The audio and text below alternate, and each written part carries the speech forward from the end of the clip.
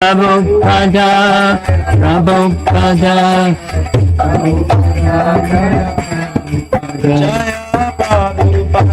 Jaya Prabhupada, Jaya Prabhupada,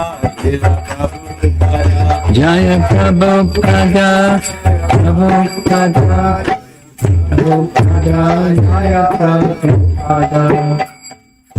Srila Prabhupada ki Jai.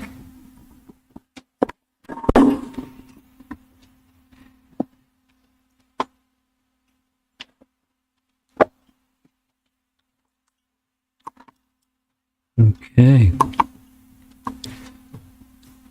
Well, Srimad Bhagavatam and more Srimad Bhagavatam and more Srimad Bhagavatam. This is a very simple, straightforward, easy to follow, nothing complicated. You already know most of this, so you can be attentive because hearing things repeatedly will help it become transcendentally meaningful. The title of this is The Glories of Srimad Bhagavatam, and the title comes from a section of the Padma Purana, the large section, Bhagavat Mahatmya, and the subsection is the Glories of Srimad Bhagavatam. So I find it meaningful that other texts, we will discuss more of this as we go along, but other texts besides Srimad Bhagavatam, multiple other texts are glorifying specifically the super excellent quality of Srimad Bhagavatam. Its very special position in the whole of Vedic literature. So the section that this painting is showing is two Brahmins, brothers. One named Gokarna was very virtuous. One of his brothers, Dundukani, was very bad, wicked bad, and many sinful activities he did, and he died at an early age, and he became a ghost. And there's details of the description of how painful it was for him, and his brother Gokarna came to know that he was in that predicament, sought advice what to do. The advice that was given to him was he should recite Srimad Bhagavatam. This is Padma Purana, saying that the ghost brother could be relieved from his ghost body if he heard Srimad Bhagavatam from beginning to end. And that's what happened. There's details. There was this bamboo pole, and knots in the bamboo pole broke off day by day because he was somehow able to attend the Srimad Bhagavatam class in his ghost body within the hollow of the bamboo. And on the final day, when the Bhagavatam was complete, a Vimana descended from the spiritual realm, and the Dundukari accepted a spiritual form, and off he went to Vaikuntha. And they all lived happily ever after. That's for real, happily ever after in Vaikuntha. So that's a little summary. There's details if you want. You can look it up, or I can send you all a PDF that says what the Padma Purana has to say. Another reference in the same Bhagavat Mahatmya section of Padma Purana is the description that indicates that the cantos of the Bhagavatam correspond to the parts of Krishna's body. So the explicit is the Bhagavatam itself is Krishna's form. And the first two cantos are Lord Krishna's lotus feet. The third and fourth cantos, his thighs. Fifth canto, his navel. Sixth canto, his chest. Seventh and eighth canto, his two arms. We have a few more cantos left. Ninth canto, his throat. 10th canto, blooming lotus face. And 11th, his forehead. And 12, his head. So 12 cantos of Srimad Bhagavatam. And then the conclusion. I bow down to that Lord,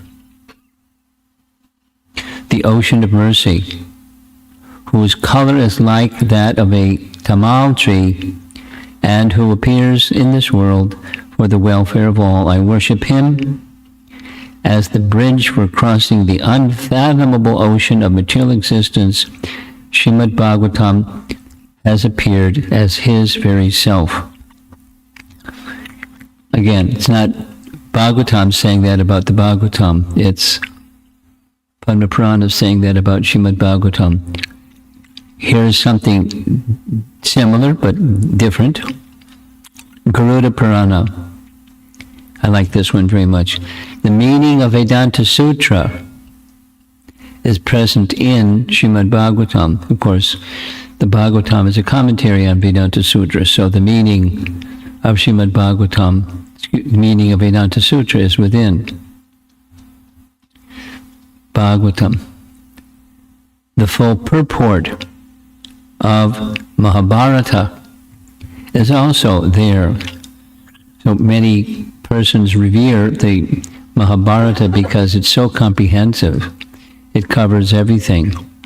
And the full purport of the Mahabharata is within the Bhagavatam. The commentary of the Brahma Gayatri is also there. Brahma Gayatri being the mother of the Vedas, and from the mother comes all the little babies, all the little parts of the Vedas from Gayatri Mantra. And the commentary of Brahma Gayatri is within the Bhagavatam.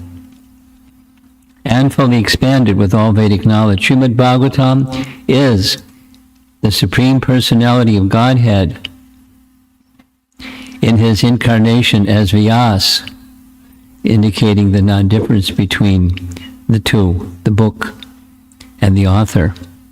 And in case there's any question, which Purana we're speaking about, 12 cantos, 335 chapters, 18,000 verses. Very significant, isn't it? Very explicit and very clear, and there's a chorus of, there's not this evening, but other evenings, we'll be discussing other parts of the Vedas, specifically glorifying Srimad Bhagavatam. So we're now going to go down the path of the history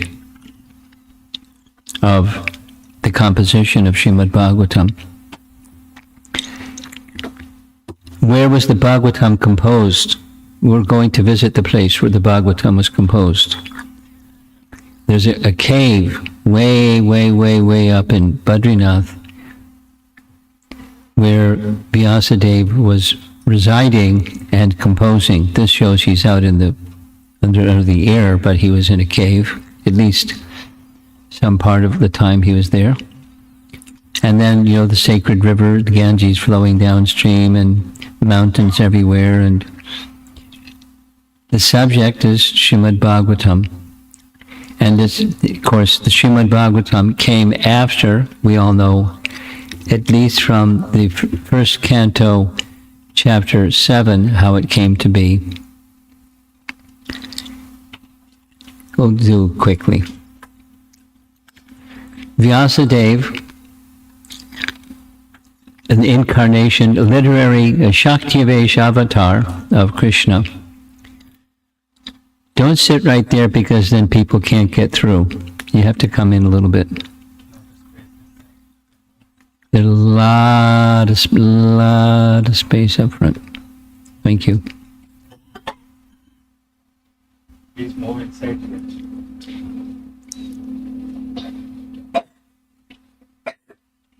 We're being traffic cop for a minute here. Thank you very much. Krishna Krishna. Vyasadeva, as a Shaktivesh avatar, it's a little bit like Lord Brahma. He had a Shrishti Shakti potency, and he wasn't told you're supposed to build the universe, but he just that was his bhav. He wanted to create. He had that potency. Vyasa had the potency for writing and understanding the nature of Kali Yuga. That is, after Krishna's departure, what happens? Kali Yuga begins shortly thereafter.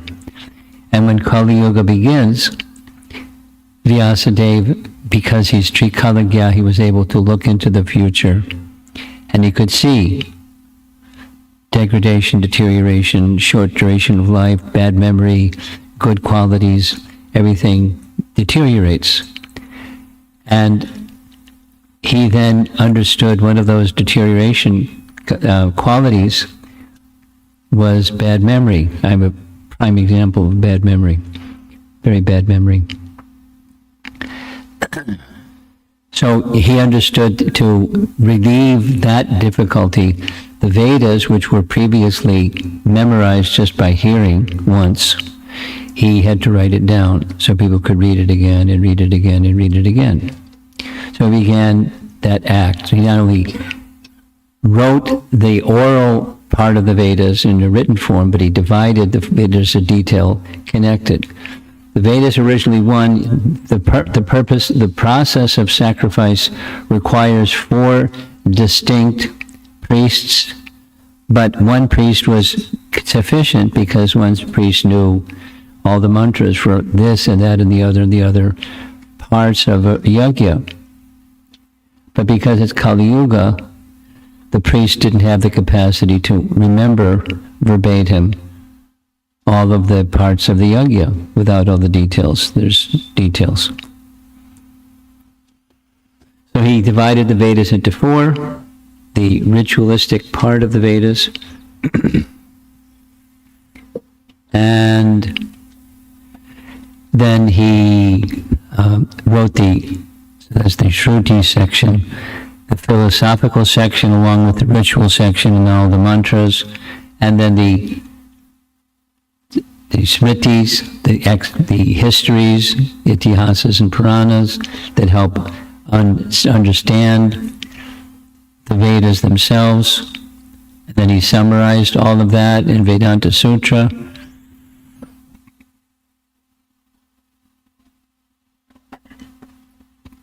And he felt insufficient. He was pondering why. So the history, Narada came and explained why. That he had not sufficiently glorified the Supreme Person. He certainly glorified the Supreme Person because the purpose of the Vedas is to know the Supreme Person. But in a singular, focused way, he didn't sufficiently do that. So that was the difficulty. And to mitigate the difficulty, he received 2 instructions. One instruction, sit in trance of meditation, and that which you realize in that trance of meditation. 2, compose one literature that's just an expansion of that trance of meditation. And so that's what he did. And what we see in the painting here is that he realized in detail all about Krishna in his trance of meditation. And so he composed Srimad Bhagavatam, which is what Bhadra Purnima said it was. It's a commentary on Vedanta Sutra. It's an expansion of Brahma Gayatri. It's the ripened fruit of the Mahabharata, and so forth. And it's in the verses in the early part of the Bhagavatam, like the verse that we read this morning. Nigama kalpitaram galitam palam is the ripened fruit of the kalpa taru, the desire tree of the Vedas. The Vedas is a tree that fulfills desires, and then the ripened fruit is the Bhagavatam, because it gives the essence and the ultimate purpose of all the Vedas. Therefore, Puranam Amalam Srimad Bhagavatam. Puranam Amalam. Now, Vyasadeva was a householder, and after he had compiled this Srimad Bhagavatam and all the other Vedas, much to his happiness, his wife became pregnant, and he was thinking, a son may be born, and I can train my son how to become the next in line to take this Srimad Bhagavatam and teach it to others, as I have compiled it. But as you see from the painting, Krishna had to come. So Shukadeva Goswami, while within the womb of his mother, it was Brahman realized, and he was very concerned about leaving the womb of his mother and confronting Maya, so he stayed in a safe place within the womb of his mother for a long time. Those of you that are mothers, consider 16 years. How is that possible? So Vyas knew that this was going to happen, that there would be a delay in his being born. He took the opportunity to teach him extensively the Vedas, different from, but similar to what Prahlad Maharaj heard within the womb of his mother. So Shukadeva heard within the womb of his mother and became self-realized. But Brahman realized. So Vyas went all the way, from where he was in the Himalayas, all the way to Dwarka to invite Krishna to come to help him in this moment of difficulty, because his son wouldn't come out of the mother's womb. So Krishna knew why. He promised him, when you leave the womb of your mother, you won't be susceptible to Maya. So please come out. So, as the description goes, yes, he came out, but when he came out, clothed by the four directions, he went swiftly away from home. He was taking sannyas. Specifically, it says, without any of the rituals that brahmanas are normally accustomed to, or not just accustomed, required to perform. No upanayana, nothing. And there we see Vyas chasing behind his son, saying, "Where are you going? Where are you going?" And he couldn't hear a reply. All he heard was the echo from the trees, hearing his own voice echo back. Specifically, it's described, as you see from the painting, Shukadeva passed by a place where ladies were bathing. And although they were bathing naked or half naked, he was not distracted and they weren't distracted. They understood from his demeanor he was not attracted to the worldly sight of a female. And he just went off into the forest. So now what's Vyasa going to do? He was very intelligent, so he knew what to do. He decided to send someone looking for his son, and the way that he would try to help him, encourage him to come back, his verses from the Bhagavatam would be recited. And by hearing the recitation of the verses from the Bhagavatam, Shukadeva Goswami wanted to hear further, and so he came back. And that was very welcome for his father.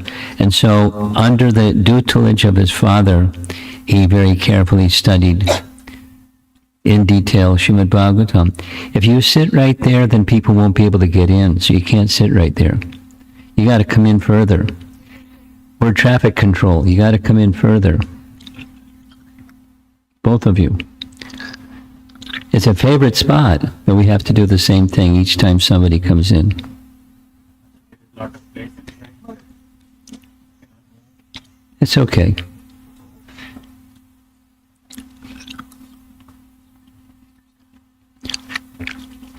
Hare Krishna. Shukadeva Goswami. That's what we're talking about right now. You see Shukadeva Goswami sitting at the feet of his father Vyasadeva. You see the big mountains in the background. That means we're up in the Himalayas. And he's instructing his son. There's a celebrated verse that many of you know. We can say the verse together if you like. Atmaramascha munayo nirgrantha api arukrame kurvanti ahaitukim bhaktim uttam bhuta kuno harihi. All different varieties of Atmaramas, especially those established on the path of self-realization, though freed from all kinds of material bondage, desire to render unalloyed devotional service unto the personality of Godhead. This means, this is the punchline, that the Lord possesses transcendental qualities and therefore can attract everyone, including liberated souls. So the import is,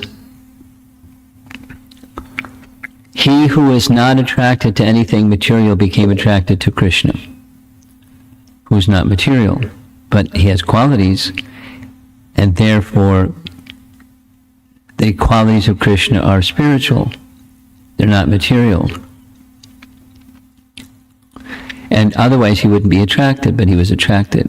That's why he came back from the forest and sat at the feet of his father and became nicely trained in Srimad Bhagavatam. So that's the speaker part of Srimad Bhagavatam, but as we know, there has to be a proper receiver of that sound vibration. And the proper receiver of that sound vibration was who? Parikshit Maharaj. Parikshit Maharaj, there's an interesting intrigue when we go to Kurukshetra. We'll hear a lot about King Kuru and his descendants. But amongst his descendants, there are different descendants, different lines.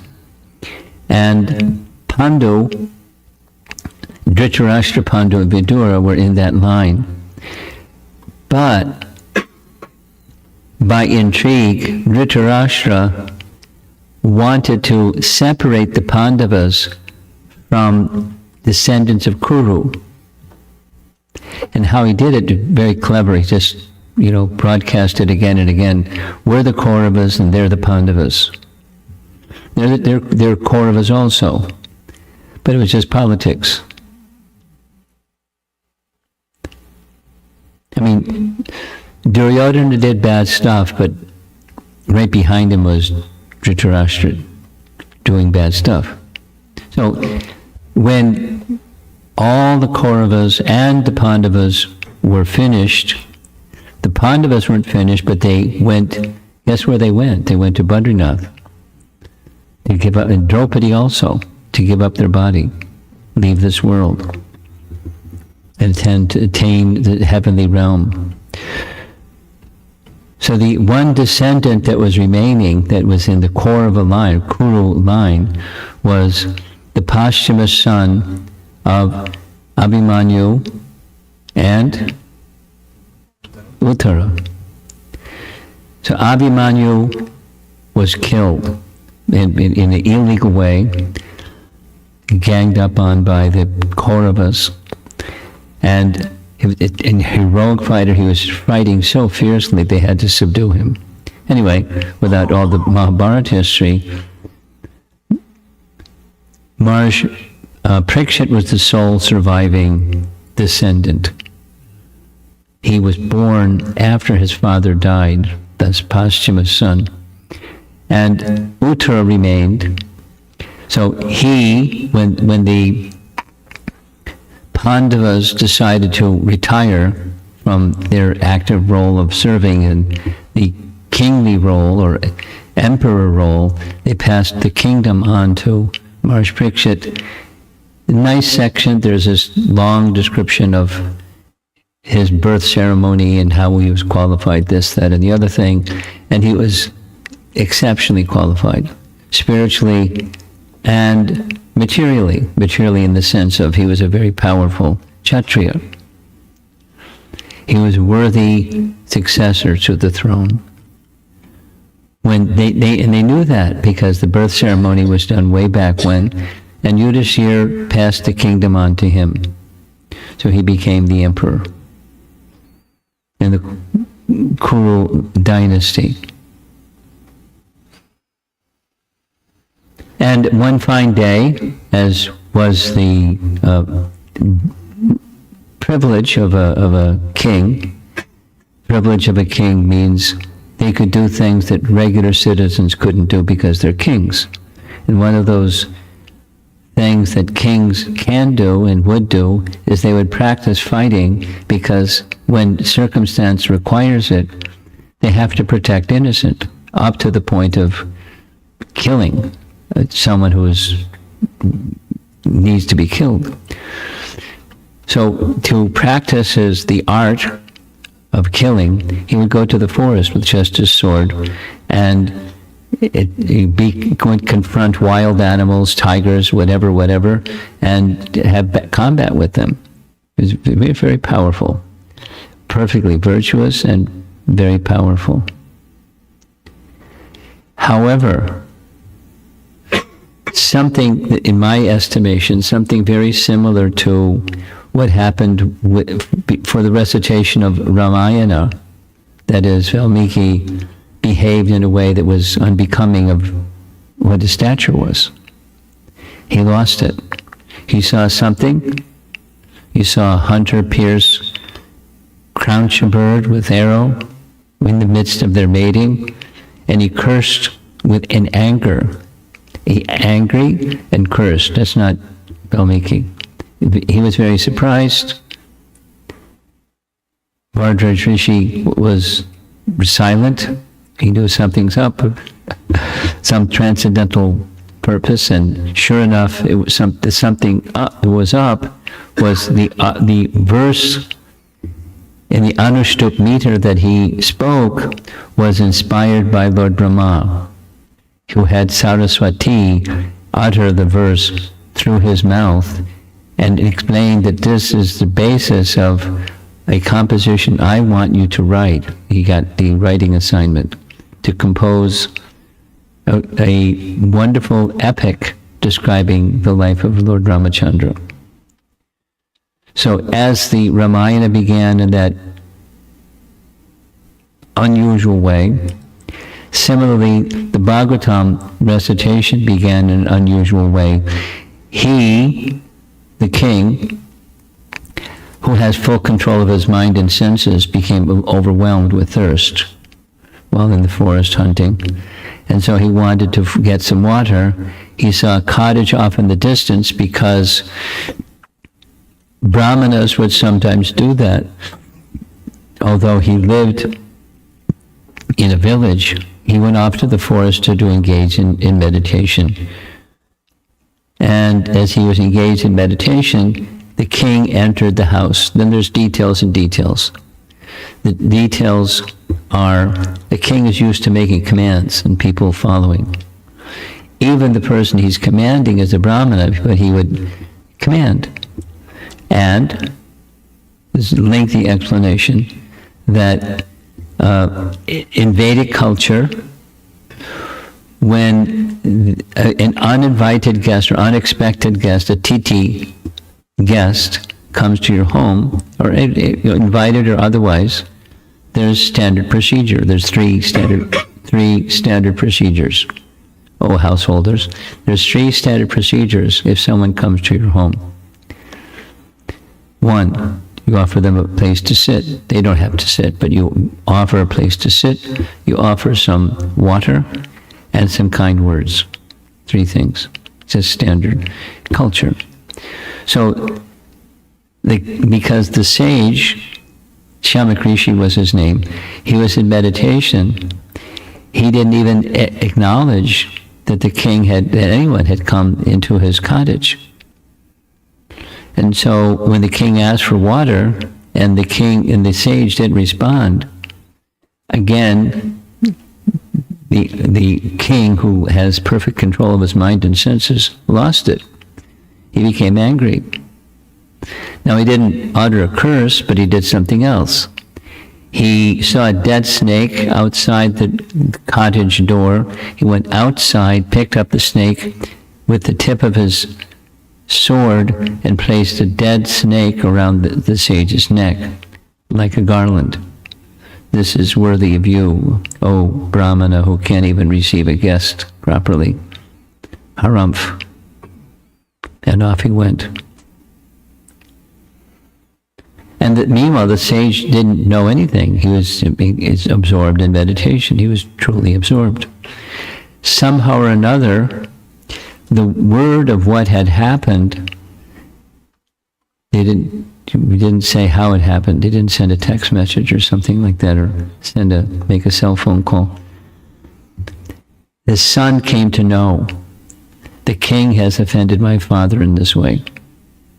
And when the son came to know, the way that Prabhupada describes this, he was 10 or 12 years old, little Brahmin boy, 10 or 12 years old, became angry. He was just busy with playing, as the top part shows, and then he became very upset. So much so that he knew mantras, and with his mantras he uttered a curse, that the king who has offended my father will die in 7 days by a mystical entity. The little boy, that's the explanation given is, this is a sign that Kali Yuga has begun. What's that? Brahmanas misuse their power. Now, many Brahmanas don't have power anyways, but when that happens, that's a sign that Kali Yuga has begun. And he had power. He was able to, with mantra, create a mystical being. There's no such thing as a flying snake or a snake bird, no such thing. But he uttered a mantra that indicated in 7 days a flying, venomous snake bird would bite Maharaj Parikshit, and his body would instantly burst into flames in 7 days. And that's what happened. So there, the painting at the bottom, as he's crying and he's telling his father what he did. It's the same cottage where his father was in meditation. And somebody sent Maharaj Parikshit a text message saying, "You've been cursed to die in 7 days because of your offense to this Brahmin." And Maharaj Parikshit, was very elevated, very powerful. He had resources. He could have done all kinds of things, like counter the curse or neutralize the curse or something. He didn't do any of that. He accepted, this is the reaction from my offense to a Brahmana, so I accept. And he decided that as the kingdom was given to him by Yudhishthira, he would give the kingdom to his eldest son. Who was his eldest son's name? Janamejaya. You know, there's a scene that happens later. Janamejaya wanted to get back at snakes, so he had a big yagya to kill all snakes. But that's later. The kingdom went to his son. He gave up all of his royal ornaments and royal attire and, special seat, and he renounced everything worldly and went by the side of the Ganges to fast, no water, no food for 7 days until the snake bird came. And he invited the sages in his kingdom to come and advise him what is his duty now that he knows he's going to die. What's the duty of a man who's about to die? It's a good question. And lo and behold, in the midst of that assembly, as the painting shows, there's Shukadeva Goswami. He just showed up. And immediately his presence was so profound that the sages assembled there, they understood his exalted position, and they wanted him to answer Maharaj Parikshit's question. So they provided him a nice seat, and for 7 days, we're going to visit this place. For those of you that are coming to the yatra, we're going to be visiting the place where Srimad Bhagavatam was first spoken. And it's not just, by Haridwar, not just by Hastinapur. It's way up in the mountains. Way up in the mountains. We're going to visit the place. And for 7 days, he spoke. Shukadeva Goswami spoke the Bhagavatam.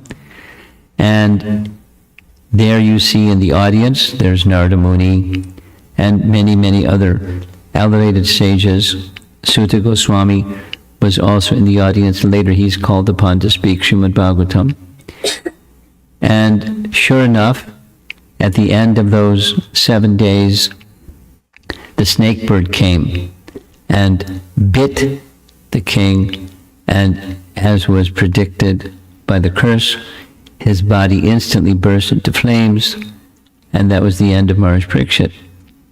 But the Srimad Bhagavatam had been discussed, and now going back down the hill somewhat in a forest, a sacred forest called Naimisharanya, many sages had a plan similarly.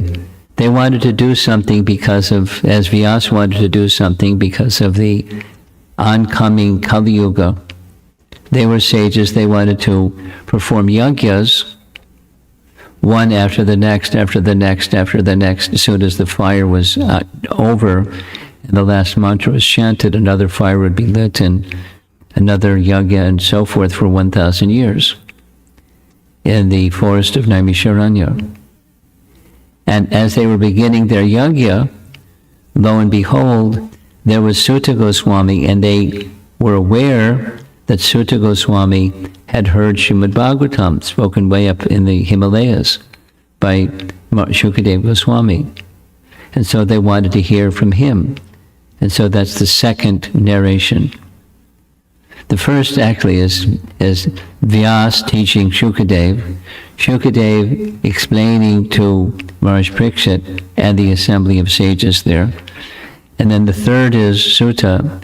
You look at that assembly, it's a very beautiful forest, and they're hearing his explanations of what he heard and understood from Shukadeva Goswami to Maharaj Parikshit. Now here are some nice verses. One of the verses that I like very much, this is the second verse of the entire Srimad Bhagavatam, 112. This Bhagavat Purana propounds the highest truth. So what we did is the history of how it became manifest. Now there's a little bit of the description, what's in it, what is it? It propounds the highest truth which is understandable by those devotees who are fully pure in heart. It means if you don't understand everything in the Bhagavatam, keep reading the Bhagavatam because it's purifying, and as you become purified, then you can understand better. The highest truth is reality distinguished from illusion for the welfare of all. Such truth uproots the threefold miseries. Tapatrayon Mulanam. This beautiful Bhagavatam, compiled by the great sage Vyasadeva in his maturity, is sufficient in itself for God realization. What is the need of any other scripture? As soon as one attentively and submissively, two small adverbs, attentively and submissively hears the message of the Bhagavatam, by this culture of knowledge, the Supreme Lord is established within his heart. Now, the Supreme Lord is established within the heart of every living entity already. So what's the meaning? Established in his heart means consciousness of that spiritual reality. You then are able to access. And that's the phala. And then there's the practice, the means to get to that fruit. And that's the attentively and submissively hearing the message of Srimad Bhagavatam. Of course, from the right source, but Shukadeva Goswami is the right source. Now there's renderings of the Bhagavatam that may not be exactly what Shukadeva Goswami said, or may not be transmitted by the person who heard it properly. So you have to, the broadcasting place, the sound vibration that you're hearing, it's important that it's the right source. It's very important. And the quality with which one hears and receives is very important. That's first canto, chapter 1. We're going to end quickly, so get ready for the ending of this discussion. Towards the end of the Srimad Bhagavatam, the last chapter, the whole last chapter, chapter 13, is very, very nice. Here's its summation. This Bhagavatam is the essence of all Vedanta philosophy because its subject matter is the absolute truth which, while non-different from the spirit soul, is the ultimate reality, one without a second. Now, the ultimate reality means the source of everything, like truth, the absolute truth. Truth just doesn't mean distinct from something that's false. The absolute truth or absolute reality or ultimate reality means distinguished from illusion. There's substance in reality, and there's no substance in the reflection of reality. Very simple. Here's an apple, and over there's a mirror, and you can see a reflection of the apple in the mirror. Looks just like the apple. Looks just like the apple. But there's no substance in the reflection. You can't get any nourishment. It doesn't have any seeds. You can't grow more apple trees. It's just, there's no substance. It's just a reflection. And this world is a reflection of the spiritual reality. And so the ultimate reality, one without a second, because the Bhagavatam is like Krishna, that like there's one source of everything, the supreme cause of all causes. There's not multiple, there's one cause of all causes. And the Bhagavatam is non-different. It's not a representation of, it is. The Bhagavatam is Krishna himself. That's what Bhadra Purnima said, and that's what's being said here as well. Here is a nice verse with a young boy in the picture. This is similar language to a verse in Canto 1, Chapter 2. Shrinvata Shraddhaya Nityam Grinantascha Sva Cheshtatam Kalena Nati Dirgena Bhagavan Vishate Hridhi. Translation. Persons who hear Srimad Bhagavatam regularly, another quality, another adverb, and are always taking the matter very seriously, which is similar to the other quality mentioned, will have the personality of Godhead Sri Krishna manifest in their hearts within a short time. And this is a topic that we've had some discussion about, but on this subject matter, in a very short time, what does that mean?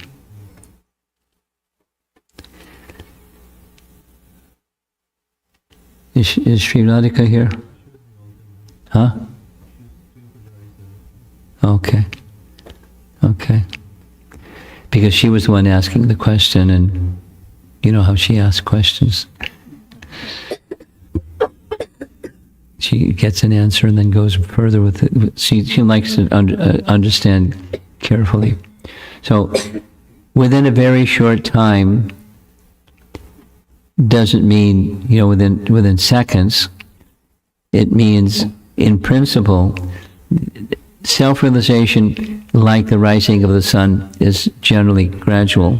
Most suns don't just boop, and they're full sun. It takes time. Similarly, it takes time for spiritualization to occur, but within a short time is compared to a long time. Lifetimes and lifetimes and lifetimes and lifetimes and lifetimes and lifetimes, so within a short time. And the personality of God we mentioned, he's already in the heart. So what is this being manifest within the heart? It's the consciousness of that spiritual reality, which can be revived by awakening spiritual consciousness, by that process of hearing. And the hearing is regularly taking the matter very seriously and hearing the Bhagavatam regularly. And notice what's in the illustration. There's a young boy with Krishna showing in his heart. Now, it's easy to spin out on this topic, but disciplic succession doesn't just mean from one adult to another adult. Disciplic succession means the continuation of the Vedic process from generation to generation and generation. And generally that means the younger generation has to carry forward what the older generation gave. And it's not easy. And, it's easy to spin out on this one, but is there, for any of us that's a little, been around a few years,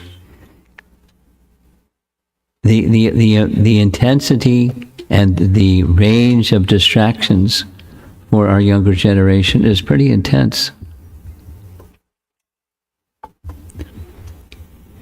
Premananda was crying on my shoulder this morning about the situation she's dealing with. It's just because of the distractions that modern life provide. A very, very naturally gifted, spiritually gifted young person who she knew from like small child is now in big doo-doo because of bad association and becoming corrupted by, the distractions of modern life.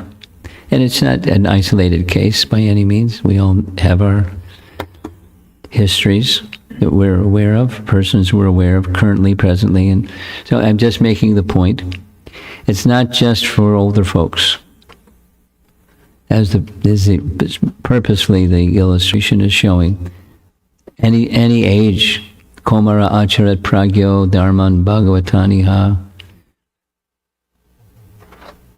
Prabhupada quoted that verse so often that when Prahlad is speaking to his classmates, the teachers leave the classroom, and now that means for the children it's playtime because the teacher left the classroom. And Prahlad is saying, no, now is the time for spiritual life. And they'll say, we'll do that later, we want to play. Then he says, no, now. But from the early age, tender age of childhood, Komara, tender age of childhood, the process of purification and edification is to be done at that stage. It'll go in more easily than at a later stage. And now, does that mean once that's done that it can't be corrupted later? It can certainly be corrupted later. It happens. Therefore, the spiritual culture,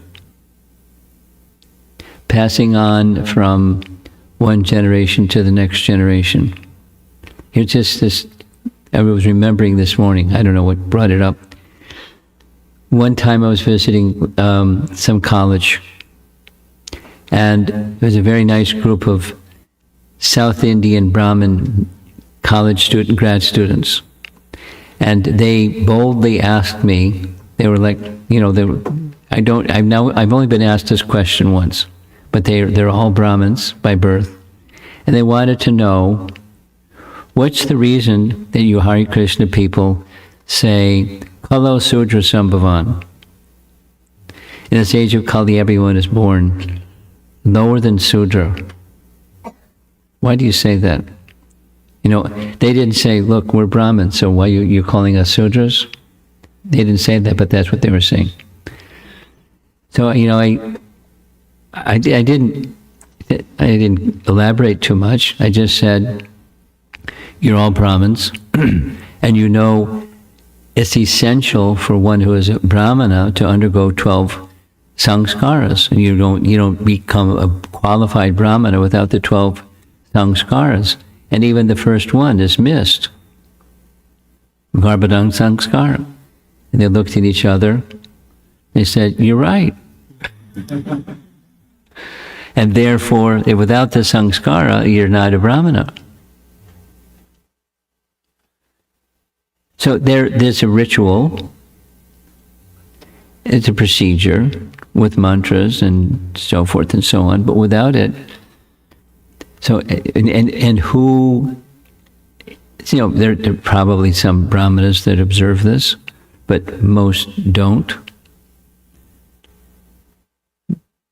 So, what to do when those methods that are meant for purification are neglected, or then go the other direction? The fruit of the capacity to do capable things, intelligent manipulation of things, one becomes victimized when intelligence that's the fruit of past piety gets misused into skullduggery. It happens.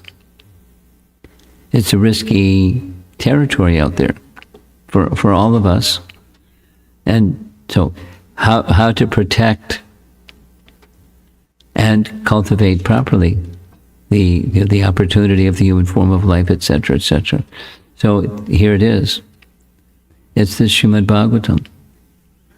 For our well-being and those who are dear to us, and to stay protected by regularly hearing.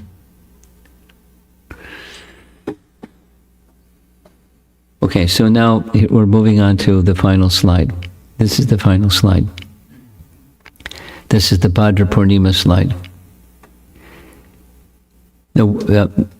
Those of us that are on the yatra, we're going to be in the Holy Land on Bhadra Purnima. So Bhakti Chaitanya Maharaj has chosen to be the speaker on this topic on this day, along with the topic of Vyasadeva. So I'll say a few things, I'm sure, in addition. But here's the verse. If on the full moon day of the month of Bhadra, one places Srimad Bhagavatam on a golden throne and gives it as a gift, he will attain the supreme transcendental destination. Again, how soon is that going to happen? You all by now have received, probably 10 days ago, the little PDF on what does it mean on a golden throne. So some of you are nodding, because that was a puzzle. And by looking at the commentary of Vishwanath Chakravarti Thakur, it's very clear. It can be taken literally. No harm. You have a golden throne, put a Bhagavatam on a golden throne.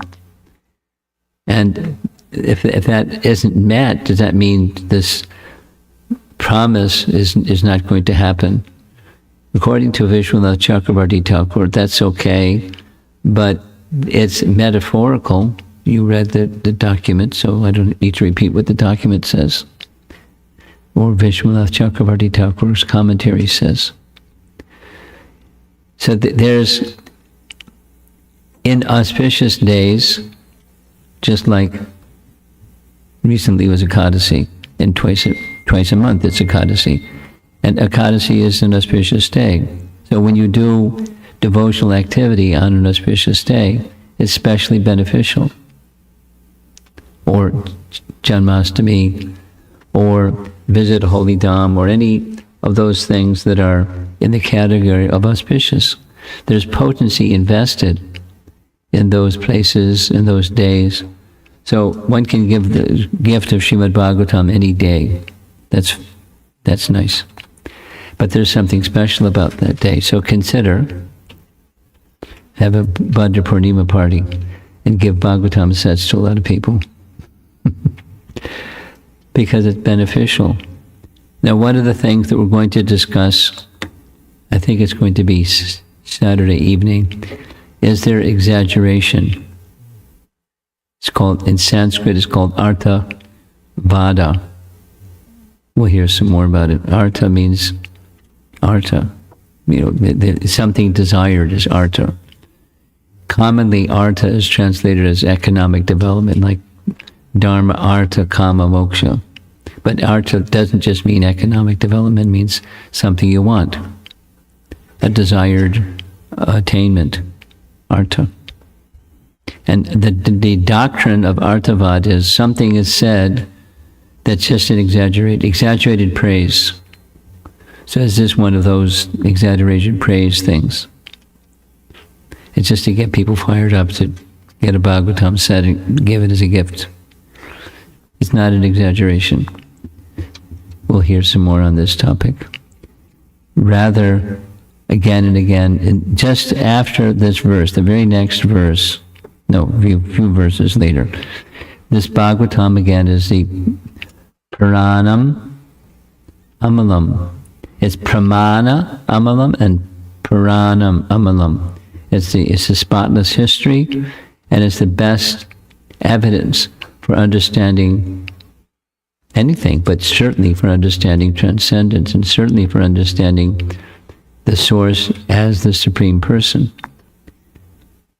Now, who is eligible for that? Who has the qualification for that? None of us. And anybody else out there? Rare. But nonetheless, the Bhagavatam is for everybody because of its power, its potency, its purity. And we're little people. We have the privilege of giving something that's going to change people's lives. And just be the instrument for distributing that very powerful agent. It's similar to the holy name, or similar to taking Krishna Prasadam, or similar to coming to the temple and seeing the deity form with reverence. So each of these activities have great spiritual potency. So this is the Bhadra Purnima message for this evening. Consider who you might make a gift or engage in receiving a copy of Srimad Bhagavatam.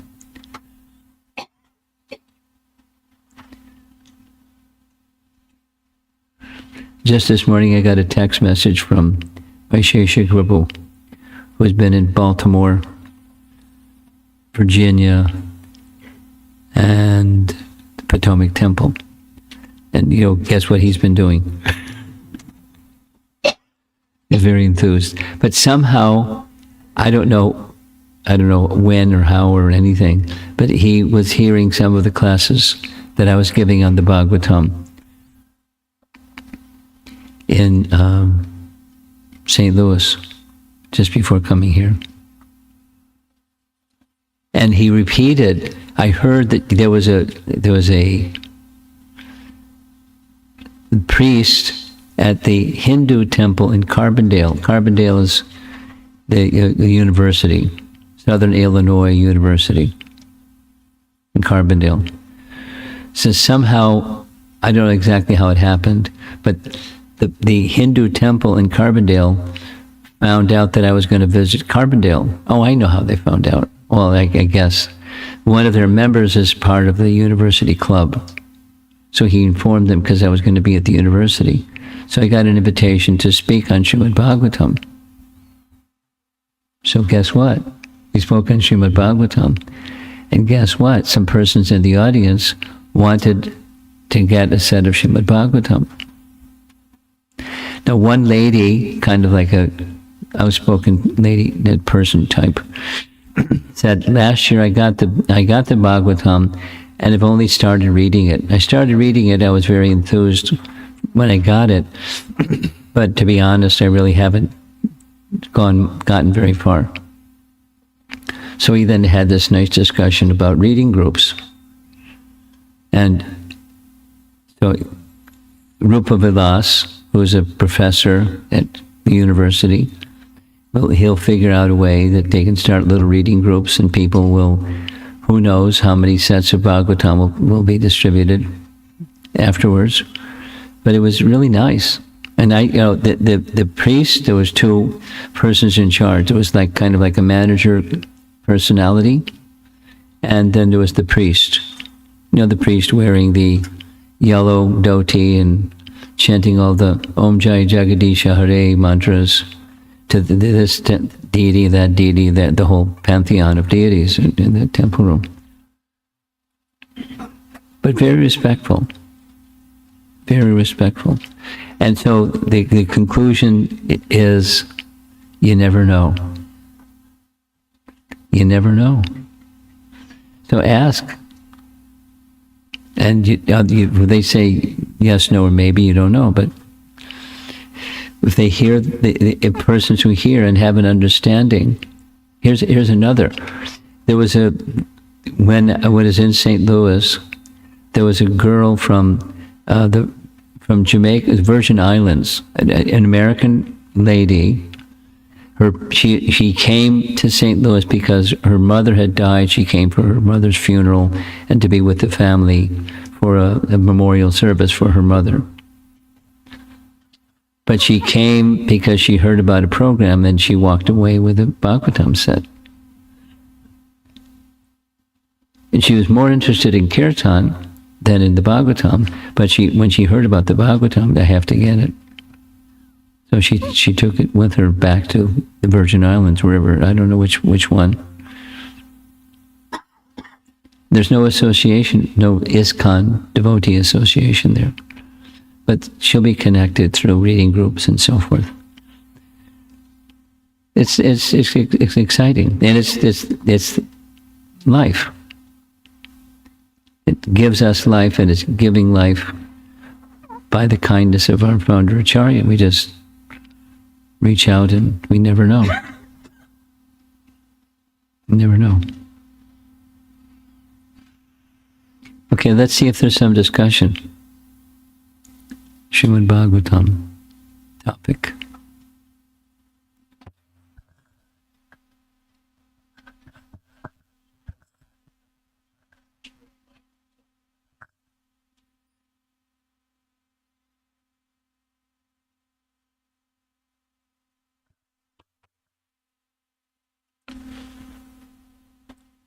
While logic has its place...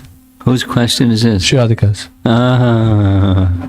On the altar I have no idea how she's listening on the altar. While logic has its place... While logic has its place, it is dismissed as a conclusive pramana. Logic is used to prove that the Bhagavatam is transcendental by virtue of the fact that Shukadeva Goswami, who is transcendental, is attracted to the Bhagavatam. So is it correct to understand that this logic is just one of the many arguments Yes. to prove the transcendence of the Yes, Bhagavatam. we don't dismiss sense perception and logic. They're just not ultimate. They're fallible. We use our bodies. We use our mind. We use our reasoning. We use our senses. We use them, but they're not perfect, because this logic can be defeated by another logic, can be defeated by another logic, and so it's inconclusive. But we use it, especially when it's in relation to the Vedas, or that which Aparushaya Shabda Praman. We don't trash it. We use it properly. Try to, anyways. Anything else?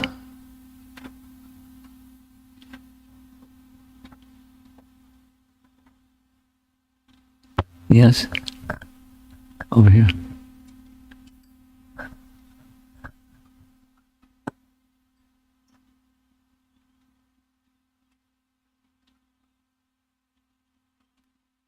Hare Krishna Guru Maharaj.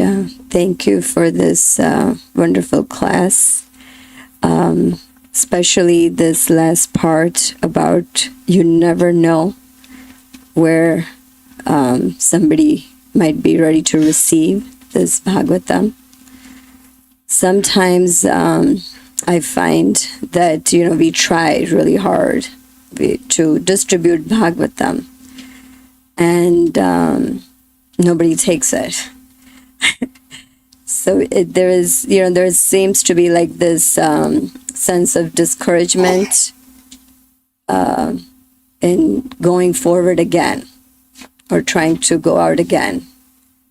So I was just wondering how to deal with such emotions, or how to continue to stay focused.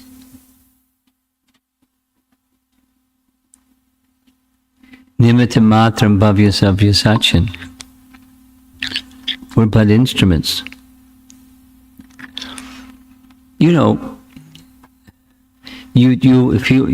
As you go on in your devotional career, because you like book distribution, you'll continue it one way or another way or another way.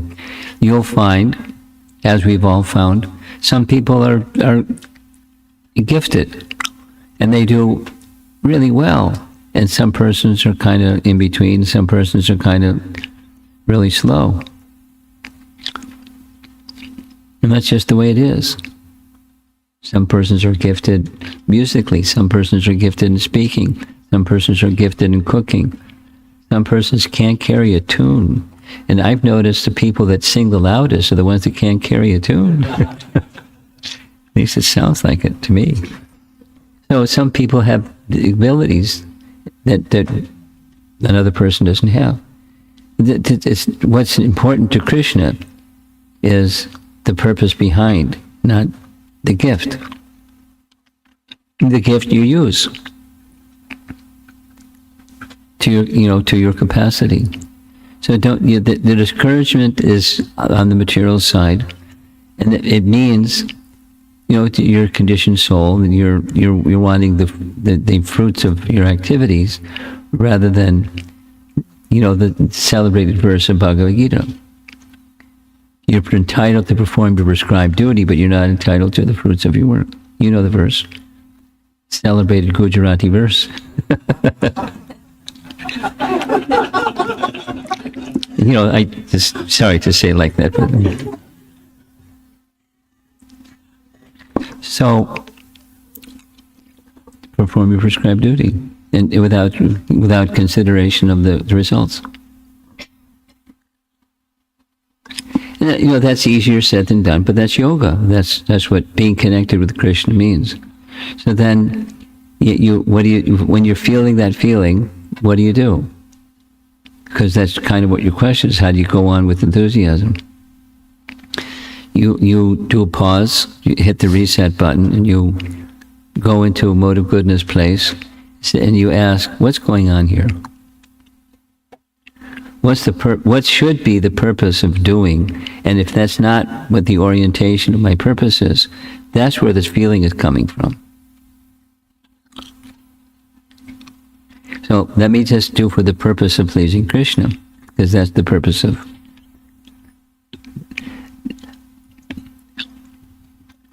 yoga. Detachment is another way of saying the same thing. It's in Bhagavad Gita chapter 5. What is called renunciation or detachment is the same as yoga, or linking oneself with the Supreme. So if you're engaging in distributing Srila Prabhupada's books or the Vedic literatures, devotional books, you're being the instrument of some higher authority. Why are you doing it? Where'd you get the idea? Where'd you get the book? You're an instrument of some higher authority. That's our position. We're servants of someone. So serve the someone according to your capacity. And if you want some encouragement, then spend some time doing some things that you're good at, whatever that is. If you're not so good at book distribution. But you're doing it because you know it's wanted by the disciplic succession. You're part of Chaitanya Mahaprabhu's mission for doing that. So you go do something that you can do well. Go cook a sabji in the kitchen, or it's something that you can do nicely, and feel Krishna's given me the ability to do this. Maybe he can give me the ability to do that a little bit better. Anyway, you're the instrument. You're sharpening the instrument. And again, you never know. The less accomplished person may be the one to meet the individual who gets the Bhagavatam and starts moving in the fast lane. You never know. It's not up to you. You're the instrument, that's all.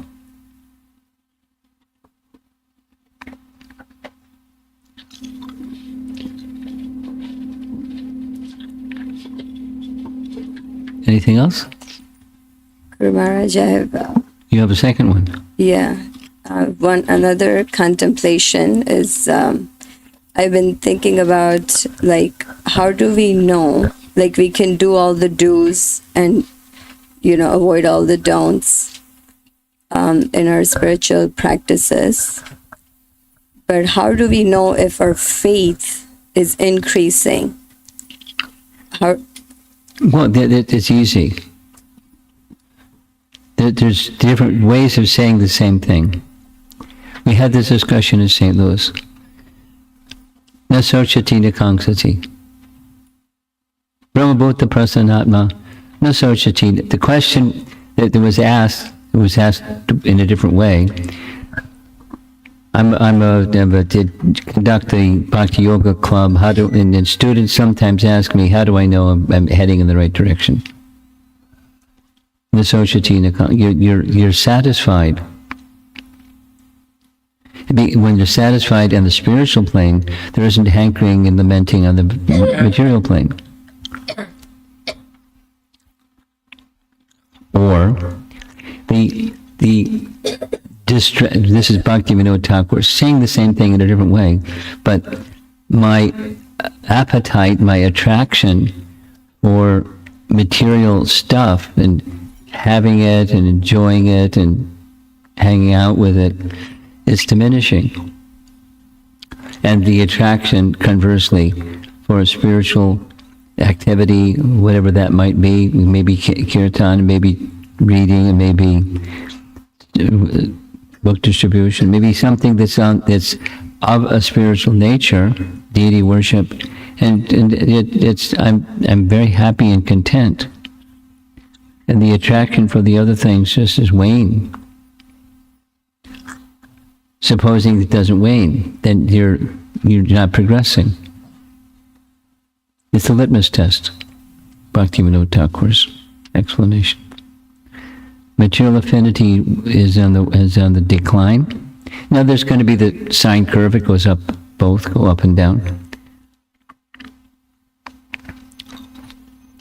But in the general sense, that especially measure over a period of time, less attraction or less distraction by worldly stuff. It doesn't mean disdain or trash it. It just means finding happiness in anticipating finding happiness in stuff, whether it's possessions or activities or blah, blah, blah, time, or, it's, have a taste for it. But the other, so that's its litmus test.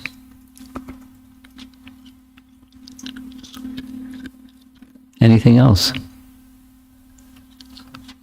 Yes. Hare Krishna Maharaj. Is there any, like I heard that Shukadeva Goswami was a realized and liberated soul. Why he had to go through this birth and cycle of birth and death, especially he didn't want to come out of the womb for, and when it's so painful being there. So what was the reason? There's different explanations. And, some of them are popular, and anyway. The bottom line is Krishna's plan, Krishna's Leela Shakti. So for such a person, it's a great opportunity to serve Krishna in such an intimate way. And the orchestration of how he got there was a little different than how you and I might design it, but it's Krishna's Leela Shakti to give the opportunity for Shukadeva Goswami to have such a nice service. Even so many thousands of years later, he's immortalized for speaking Srimad Bhagavatam. And he didn't just speak it to, one time to one person, or that assembly at that particular occasion. He's perambulatory Srimad Bhagavatam. And part of the Leela Shakti purpose is so that one can through him we can understand the topics of Srimad Bhagavatam are literally transcendental, they're not material. Because of that prior and then after hearing, in a pretty extreme prior, but that just amplifies the extremity. He just wasn't wanting anything material, but wanted Srimad Bhagavatam. So it just amplifies the same point. It's Leela Shakti. And he's fine being a pawn on Krishna's chessboard. No problem. And that's, why are you putting me through all this ordeal, please? Not nice, thank you. No, so we may have that thought, but not him. And then, how does a shoe fit you? What about when you or I or someone dear to you undergoes some, that get turned upside down, some hardship and some difficulty? You must know some people like that. I know some people like that. And why? And Krishna could have made it nice. They're nice people. Krishna could have made it nice because they're nice people. But part of that is it deepens the sense of dependency, and when something sublime comes, the other shelters are no longer palpable. I want Krishna's shelter, please.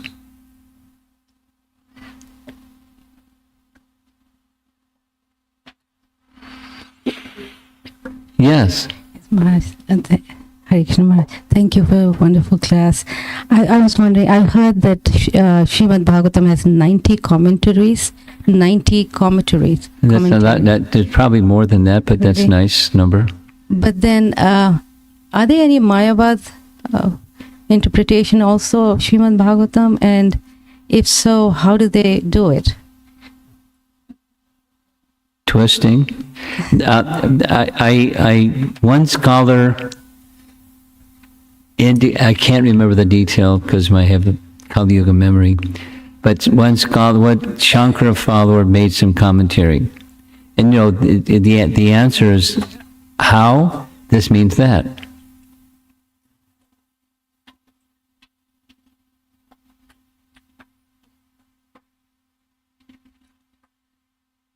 Or jugglery. That's how. And maybe to skip a whole bunch of passages, who knows? I mean, I'm not that much of a scholar to say. But I do recall someone saying, and even a Shankaracharya follower. Now,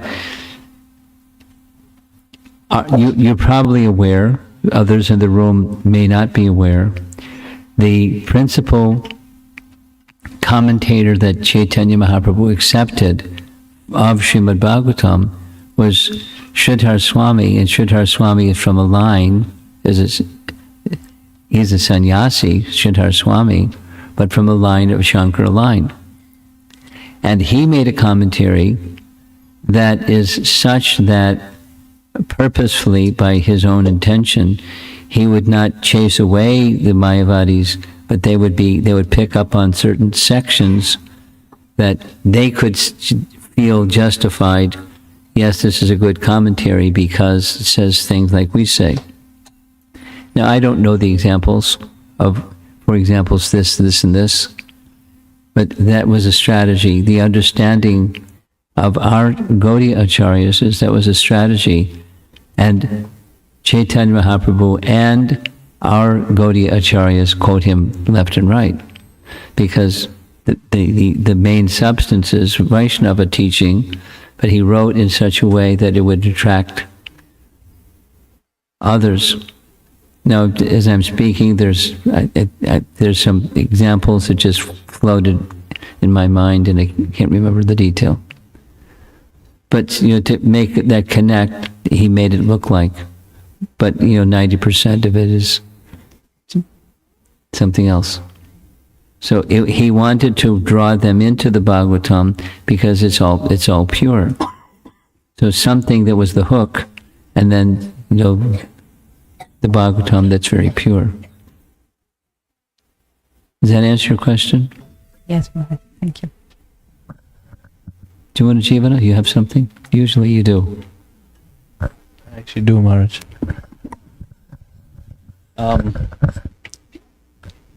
One of the verses you showed was the 12th verse of the last chapter of the Bhagavatam. And you commented on the word ultimate reality. Give the example of apple and diffraction of apple. And I was, by the way, I was actually just studying that verse this morning. Uh-huh. And the Sanskrit for that ultimate reality is vastu. Yes.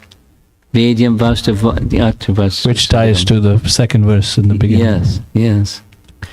Ultimate reality. And so it's just nice to see that resonance in the beginning and the end of the Bhagavatam. But what my question was, from this morning, which has been sort of sitting with me, there was the word of rasa was being massaged by Prabhupada and Prabhupada. Over and over. And I was just thinking is like, the ultimate reality is a rasa with Krishna and Krishna's devotees in a very pure spiritual sense. And it's so bewildering to get caught up in the rasa of material world, which is the reflection in the mirror. Yeah. That doesn't nourish the soul. Yeah. So I would like if you could comment on this. Why do we keep chasing It's an addiction. rasa in this material? It's just like... It's addiction. It's painful. So why do people smoke cigarettes? Why do people... I met a young man, now he's not a young man anymore, he's in his 40s, heroin addict. And he was joking about it. He said, I got tired of being a pincushion. He made the motion, the gesture of like taking heroin by sticking a needle in your body. But it's an addiction. It's painful. So why would people do painful? There's a buzz. For, that's got, is this one, that one, the other one has their buzz. And that according to the modes of nature, something that's disgusting becomes attractive. Something that hurts it's okay. It's my pleasure. We become habituated, we become addicted to this mode, that mode, and it keeps driving us. You may try to get away, but it keeps driving you. So how to break that rope? Chindanti kovidastasya. So it requires a higher taste. Rasavarjam rasopyasya. And so the sadhana and sangha, they're irreplaceable. Otherwise, it's easy by default to go back to the material. So your question is why?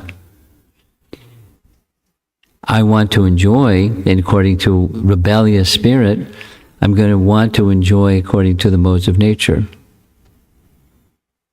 And I don't want to be regulated, thank you. I don't want restrictions.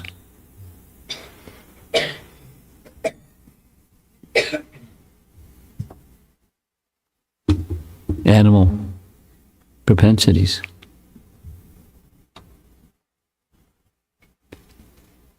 Anything on this side? Yes, there's something on this side. Where's the other?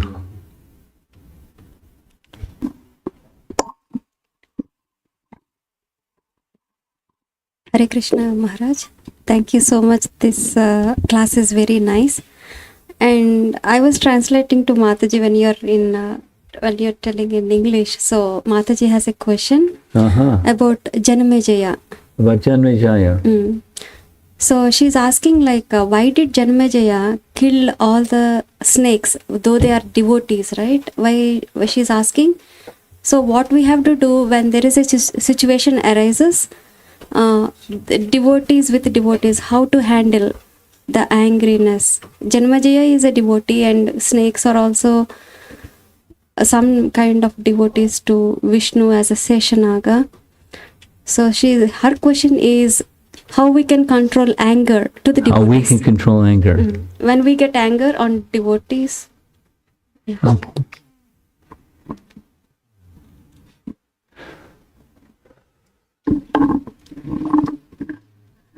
Anger is something that's really, we had this discussion, I forget where it was. Once it starts, it's really hard to put the brake pedal on. It's hard to cool it. Dushparena analena chait. It burns like fire. Lust and anger burn like fire. Once the fire burns, how do you put the fire out? It's not easy. So the question is how to. So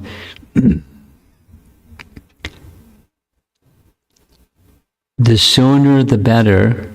But to put this, just like the anger that Maharaj Parikshit exhibited. Practically, as soon as he did it, he felt badly because he's a virtuous king. But some persons don't feel badly when they become angry; they just get angry. So that's more difficult. How do you put out that kind of a fire? The one answer is the Mahadavagnirvapanam. Lots of chanting, because it extinguishes the blazing fire of material existence. Just on a personal level, if it's you, Mataji, or someone you know, keep close to you somebody who's good association. And when you start to lose it, they don't leave you. They stay by your side, and when the time is right, they tap you on the shoulder or whisper something in your ear that says, "You're doing it again." And, they can help you by that Sangha, they can help you get back to, a more reasonable position. Then if the thing is that's triggering the anger, when you're cooler, then you can deal with it more effectively than just losing it and becoming angry. I think we should end. Thank you very much for coming this evening. Srila Prabhupada ki Jai.